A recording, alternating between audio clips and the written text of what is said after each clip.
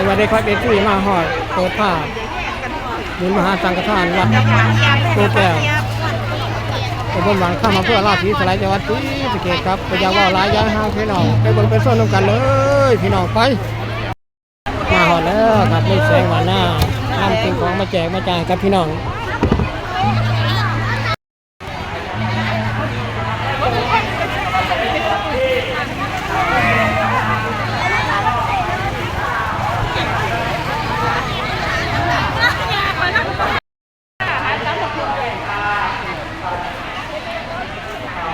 พี่น้องมาเรียนมาเหลื่อมบุญในมานี่หลายครับพี่น้องวัดตัวแก้วตำบลหวานข้ามมาเพื่อราชสีสลายจังหวัดศรีสะเกษ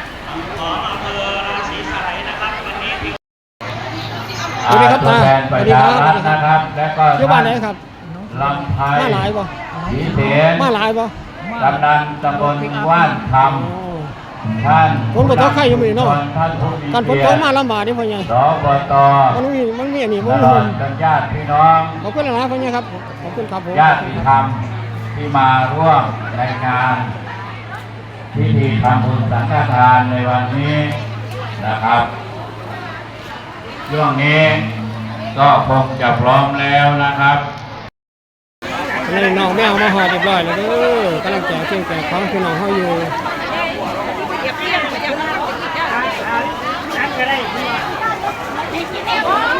ตอนนี้พี่น้องเฮาบ้านลูกหมู่6เมืองคงโดนนำสิ่งของอาหารผักสดมาแจกจ่ายครับพี่น้องมาร่วมงานบุญสังฆทานวัดกู่แก้วในวันที่28ในมื้อนี้เด้อพี่น้องครับพี่น้องเฮาหลายผู้หลายคนเด้อมาร่วมบุญขออนุโมทนาบุญครับกับพี่น้องที่มีจิตใจศรัทธามาร่วม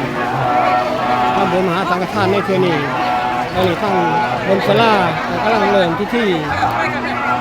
ทางพระพุทธศาสนานะครับเกี่ยวกับถวายมหาสังฆทานวัดกู่แก้วในคืนนี้เด้อพี่น้องเอ๋ยครับได้มาที่หลังบ่ลงหม่องใดมีหม่องลงยัง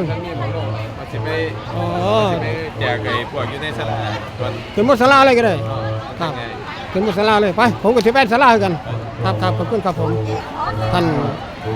ทัชชัยบัวศรีมากับแฟนครับมาเป็นเจ้าภาพโรงทานทางวัดกู่แก้วได้นำสิ่งของอาหารการกินมาแก่พี่น้องเฮาได้รับประทานกัน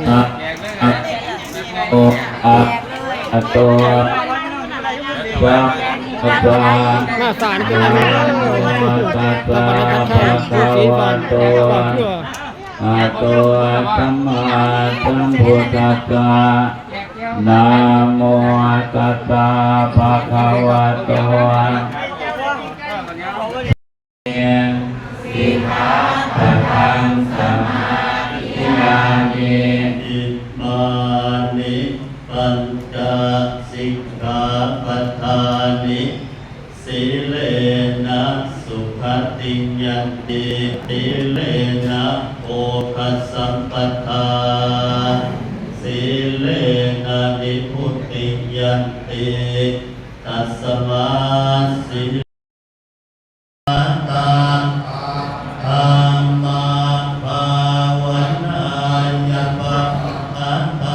ศาลาเลยครับผมมันเอวัฏฐานสันเดนะนังภาวันอายังภาตา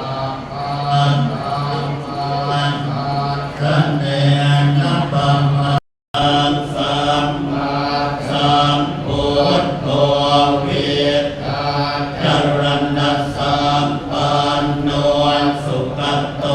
โลกวิทูอโรปุริสัตตัมมัสสาลัตติสัทธาเทวมนุษย์สานังอุทินานโตปัญญานกับพุทธคังวิปุตตังมัจเจเตปุตเตนะเถระพุทธเกนะปัมมาปัญญานโตเอโอเดนอวิวิกานิจุปาทวานิโมขังสุข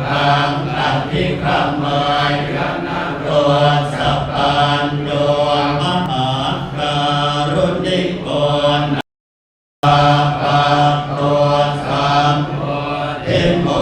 ตัมมังเอเตนะสัจจวัตเกนะโมตุเตชะยมะตันโนเอวังขวังวิชโยโหจิตปะทาอินานิกะตวานัลปันตาเทวตาทิเนภวัตตุสาภะคะวะยะธัมมิโนอุปาจิตวานิโรธันติเตสัมมุปัสสโมสุโขอนิจจาวัฏสังขาราอุปาทวัยธัมมิโนอุปาจิตวานิโรธันติเตสัมมุปัสสโมสุโขอนิจจาวัฏสังขาราอุปาทวัยธัมมิโนอุปาจิตวานิโรธันติเตสัมมุปัสสโมสุโข สาธุ กับพระบุญญาตามด้วยสวดถวายพรจบแล้วนะครับหลังจากนี้จากญาติเป็นเงิน วัด ท่านจัดคงแท้ยืนนายก การบริหารวัด เทวีตำบลเมืองคง ในมื้อนี้ ท่านประจบพัวพันผู้ในวยการโรงพยาบาลรับราช